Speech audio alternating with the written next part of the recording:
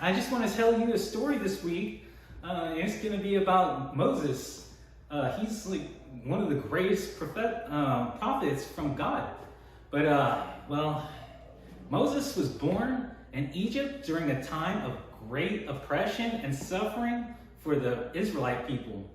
As a baby, he was placed in a basket and, he was brought down the Nile River by his mother, who hoped that, he would be saved by the Pharaoh's decree to kill all the baby boys in Egypt. And, he was saved, by being found in the basket by the Pharaoh's daughter, who, took pity on this baby boy, Moses, and, he was raised in her own palace of Egypt. Despite being raised in the palace of Egypt, he still kept in mind his people, the Israelite people, and he was troubled for their sufferings, and he just like his people. One day he witnessed an Egyptian overseer that was beating one of his Israelite people, and he had a fit of anger, and Moses killed that overseer, and he fled to the land of Midian. He had some time in Midian, but it was in Midian that God called Moses to return to Egypt and lead the Israelites out of slavery. After speaking to God through burning a bush, Moses returned to Egypt with his brother Aaron, and he demanded that Pharaoh let the Israelite people go. When Pharaoh refused, God sent a series of plagues upon Egypt, and they culminated into death of, every firstborn child in Egypt. Every child, And, Pharaoh finally relented and allowed the Israelites to leave, but he quickly changed his mind and pursued them with his army. What kind of guy is he?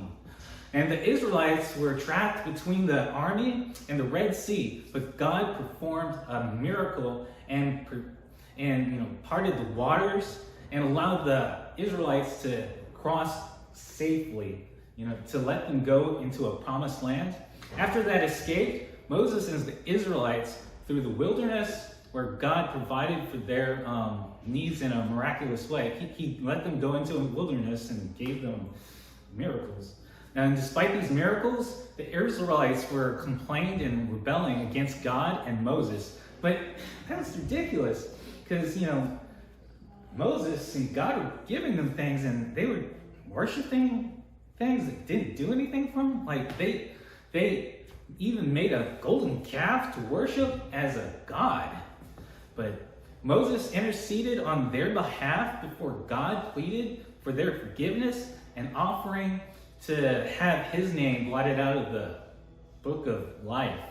And he was doing it so much for them. He loved them. And God would not forgive it if God did not forgive them. And God did forgive the Israelites. Of course he would. But Moses was not allowed to enter the Moses land because of a mistake he made. This mistake was not because he wanted to get blotted out of the book of life. But Moses was instructed to speak to a rock to bring forth water for the Israelites, but instead he struck the rock in anger. And it was in the angers that caused him trouble. But despite this, Moses remained a faithful servant of God and until the end of his life. And he confused to lead and guide the Israelites through the journey in the wilderness. And he wrote the first 5 books of the Bible, known as the Pentateuch. Moses died at the age of 120, and the Bible says that no one knew where he was buried. Even in death, Moses, however, remained a figure of great significance for the Israelite people and for the Christian family. That's great. And he, and his life and his leadership continues to inspire us to trust in God's faithfulness and to follow him with courage and disobedience. So his spirit just remains forever.